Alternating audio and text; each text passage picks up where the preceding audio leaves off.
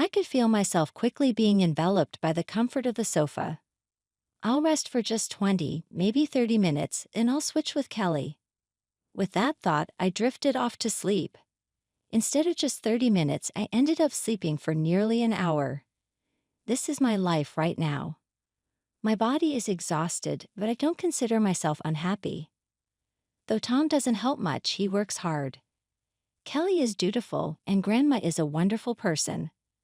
I had no intention of complaining. I didn't think this lifestyle would last forever. We could all feel that Grandma's time was limited, so I wanted to focus on caregiving to avoid any regrets. Then one day Tom came home and said, "Hey, I got this from work," handing me a travel voucher. "Oh, what's this? Did you do something nice?" "I got it from my boss. It's probably his way of telling me to take a break, even though he knows I'm always busy." "But that's great. Let's go." "Yay, let's go somewhere nice," Kelly exclaimed upon hearing the conversation. When I suggested it, Tom sadly shook his head. "I can't go, but it's a shame to waste it, so you and Kelly go. You should take a break too." I was surprised to hear him say such kind words, as he had never done so before. Of course, I wanted to go on the trip, but I had concerns. "That's kind of you, but what about Grandma's care?" "I'll take care of that. I should be the one looking after Mom anyway." Kelly and I exchanged glances. Unexpectedly, I was happy that Tom had offered to help, but I was unsure if it was a good idea to leave him in charge of caregiving since he wasn't used to it. Kelly seemed to feel the same way and asked worriedly, "Hey, is Dad really okay with this? He hasn't done much caregiving before." Tom seemed a bit offended and retorted, "Don't underestimate me. I can handle it.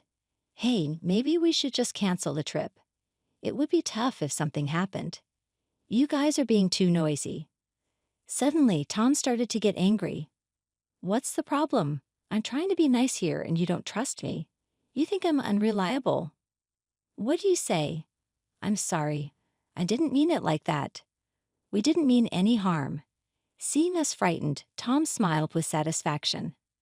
"That's right. You don't need to worry. It's just 1 night and 2 days. I'm not asking you to travel around the world." With that said, we couldn't respond. "Well then, since it's a rare opportunity, should we go?" I was somewhat uneasy about Tom's insistence on us going on the trip, but not wanting to upset him further, we decided to go. The destination was a tourist spot not too far from here, and we managed to stay at a decent inn. I was worried about Tom's mom, but Tom was no child. He should manage. If something happened, he would contact us, and there were ways to return quickly. Moreover, a cold wave had brought heavy snow, turning the surroundings into a beautiful snowy landscape. Kelly seemed to enjoy it, but being the serious girl she is, brought her study materials to the room.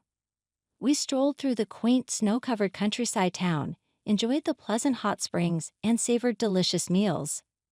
After 2 days, we were fully refreshed and bought souvenirs for Tom and his mother before heading home.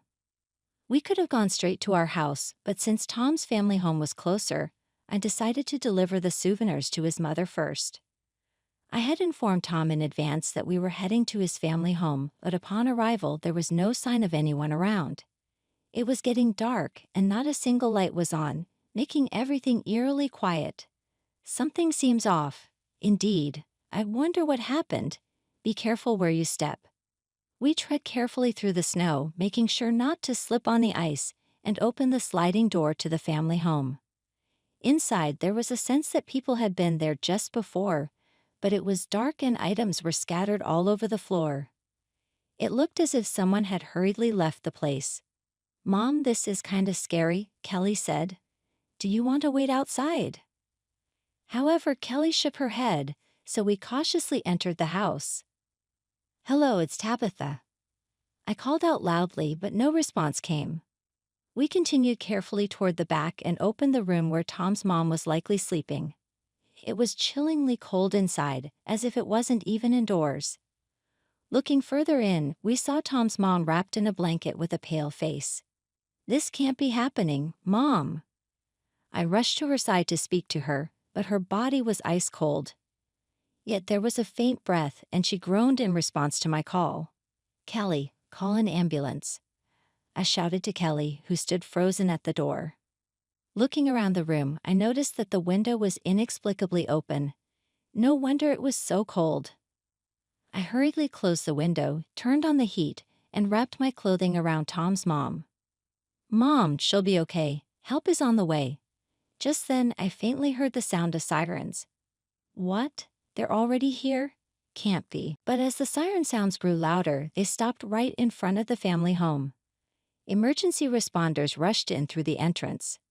"Mrs. Johnson, Dorothy Johnson, are you okay?"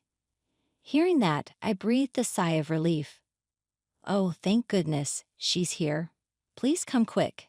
Hearing my voice, the responders came to the room immediately and began administering care to Tom's mom. "Oh, this is hypothermia. We need to transport her immediately. And you are?" "I'm Tabitha Johnson, her daughter-in-law. And who is this?" "This is my daughter Kelly." "I see. So will your daughter accompany you? Is that all right?" The paramedic seemed to be looking at me with a hint of suspicion. I suddenly had a bad feeling. "That's fine, but why?" "I'll explain that in a moment." A man in a suit entered the room and showed me a police badge. "Police? What's this about?" "We'll be transporting her now, so we'll leave the rest to you." "Mom." Kelly looked at me with a face about to cry. I was confused but tried to stay strong. "It's okay, Kelly. I'm fine. You should stay with your grandmother." Kelly nodded and then boarded the ambulance heading to the hospital. "So, Mrs. Johnson, could you please come with us to the station?" Hearing "to the station," my heart skipped a beat. I never imagined I'd hear such a line outside of a drama, especially when I hadn't done anything wrong. Wait a minute. Why is this happening? Your husband Tom made a report. He said his wife was trying to harm his mother. When we arrived, we found the situation. Hearing his explanation, I felt the ground sway beneath me. If anything happened to my mother-in-law, could I be considered a suspect? That's not true. It's a misunderstanding. "Please investigate properly," I pleaded desperately, but he responded wearily. "That's why we want you to come to the station." Without any ability to resist, I was placed in a police car. After living honestly for over 40 years, such an unforeseen event was unfolding. Wrapped in despair, I looked outside to see the snow-covered ground lit colorfully by traffic lights. Seeing children playing joyfully in the snow, I couldn't help but shed tears. The snow that seemed so delightful during our hot spring trip now felt unbearably cold. As I started thinking about the future, I suddenly became scared. I could visualize news footage of me being covered. The person you see on the screen now is the suspect, Tabby Johnson. Miss Johnson is suspected of attempting to harm her bedridden mother-in-law and was arrested yesterday evening. What would become of Kelly if that happened to me? Being branded as the criminal's daughter could ruin not only her exams but her entire future. But I am innocent. Thinking this, my heart rate suddenly increased and I felt an urge to flee right there and then. I felt like I was going insane but desperately tried to control myself. Act impulsively now would only confirm their suspicions. A thorough investigation should quickly reveal my innocence. So for now I had no choice but to comply. The police car slowly moved through the snowy roads. Finally at the police station, I was taken straight to an interrogation room. "Please explain what you were doing until now." "I was on a trip with my daughter. We returned in the evening." "Is there anyone who can verify your story?" "We stayed at an inn, so they should be able to confirm it." I tried to maintain a composed demeanor. Appearing too frantic could make me look guilty. "Was it usually your husband who took care of her?" "I have been the caregiver. My husband only took care of her these last 2 days." "Understood. We will look into that." "And what about my husband? How is he?" "Actually, he is currently missing." "Missing? Why?" Hearing that Tom was missing made me anxious. What could have possibly happened to him? "We are currently searching for him. We believe he will be found soon." "So what happens to me now?" "Unfortunately, you'll need to stay in the detention center for today." "That's outrageous. I haven't done anything. I understand, but we must consider all possibilities. You are still a suspect. If released, there's a chance you could tamper with the evidence. I felt like everything was going dark before my eyes. I was being treated like a complete criminal. Was I going to be taken to prison without even going home? In the end, I spent the day in the detention center. Naturally, I couldn't communicate with anyone outside. Was my mother-in-law okay? And what had happened to Kelly? All I could do was think about them, unable to sleep a wink. The next day, that detective came. "Mrs. Johnson, we've kept you waiting. Your innocence has been proven and you're being released." With those words, I was allowed outside. "Thank you so much. We were able to confirm with the inn where you stayed, and your daughter helped a lot too." I talked with him as we walked down the corridor. "Kelly did? Is that so?" "Yes, and from the care manager and neighbors' inquiries, we verify that you have been the caregiver all along." "Is that so? And my husband?" He hesitated before saying, "We haven't found him yet, but it's certain Tom was at the family home. Why he was left alone for so long remains unknown." Outside, Kelly and the care manager were waiting. "Kelly." "Mom, it felt like years had passed, though it was only a day. I heard from the police you worked hard to prove my innocence." Kelly nodded with tears in her eyes. "Yes, it was tough, but it's okay now. Grandma has also pulled through, but she can't be discharged for a while." Hearing that, I felt a deep sense of relief. As long as my mother-in-law was safe, that's all that mattered. We decided to go home for the time being. We got a ride home in the care manager's car and finally arrived. It seemed like Kelly had already brought the luggage from the family home. After saying goodbye to the care manager and organizing the luggage, I suddenly felt a wave of exhaustion. Really, what is he up to? It makes no sense why we went to the hot springs in the first place. I'm exhausted too. Let's take a rest. We both lay down, trying to sleep. It was just past 1 p.m. Having not slept at all the previous day, I quickly felt drowsy. Then the doorbell rang. I jumped up and checked the monitor, only to see that detective standing there. "Mrs. Johnson, I'm sorry to come unannounced." I immediately opened the front door. "What is it?" "Well, we have a report of a suspicious person believed to be Tom, and he appears to be carrying a weapon." Carrying a weapon. Upon hearing that, a chill ran down my spine. "It's not confirmed yet, but we're taking precautions by placing officers around your house. Please avoid unnecessary outings and ensure your doors are locked." After saying that, he closed the door. I quickly explained the situation to Kelly, and we checked all the locks in the house. Fortunately, everything was secure, which gave us some relief. But with no idea when Tom might show up, I was plunged back into anxiety. Now every little noise or faint voice from outside made us jumpy. Naturally, we couldn't sleep under such circumstances, huddling together, holding our breath. "Hey Mom, it's all a mistake, right? Dad wouldn't do such a thing, right?" Of course he wouldn't, but let's be cautious. I didn't want to believe Tom could commit such an act, but we had to consider the possibility. I didn't understand what he wanted or why he framed me. I had no idea what he might do next, so we had to be careful. If that moment came, I had to ensure at least Kelly was safe. Holding her hand, I made that resolve. Time seemed to crawl by unusually slowly after that. It was when the day began to fade. I received a call on my smartphone from the police. "Hello, Mrs. Johnson, we just found Tom safe and sound at a hotel. He's currently with the police giving his statement, so please rest assured." Oh, thank goodness. "Thank you." After saying just that, I hung up the phone. Did they find Dad? It seems so. Now we can finally get some rest. Feeling relieved, we were suddenly overwhelmed by fatigue and fell asleep. We slept till noon the next day. When I woke up, Kelly had already gone to school, leaving only a note behind. In the afternoon, the police called again, revealing the whole truth. When Tom was secured at the hotel, he was with Jessica Nathaniel.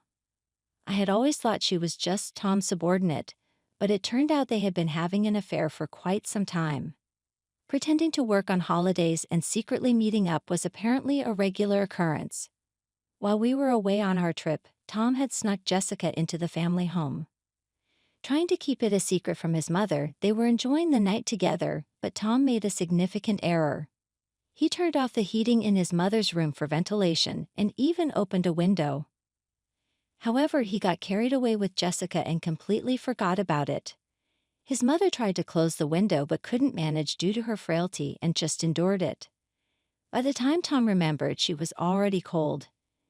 Thinking she had passed away, he panicked. Seeing the message about us visiting the family home, he decided to pin the blame on me.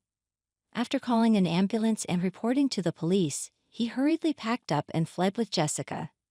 That's why, when we arrived, the house was in disarray and the ambulance arrived just in time. Of course, such a flimsy plan couldn't succeed, and I was quickly released. Tom was trying to find a way out of this tight spot, but to no avail. Finally, the police caught up with them, and they both got arrested. The report of a suspicious person with a weapon turned out to be someone else, who in fact had no weapon. It was a troubling story, but I was truly relieved that we were safe. However, after hearing everything, I was deeply furious with Tom. Not for shirking the caregiving or having an affair, although those were unforgivable too. What I couldn't forgive was the danger he put his own mother in. I couldn't imagine living with someone who treated their own mother so carelessly. So I sought a lawyer and proceeded with the divorce.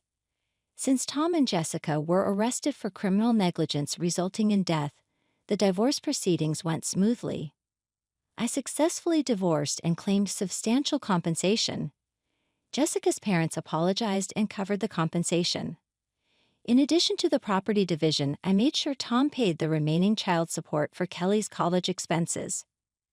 Though the sentence for both was somewhat reduced since his mother survived, they still received suspended sentences.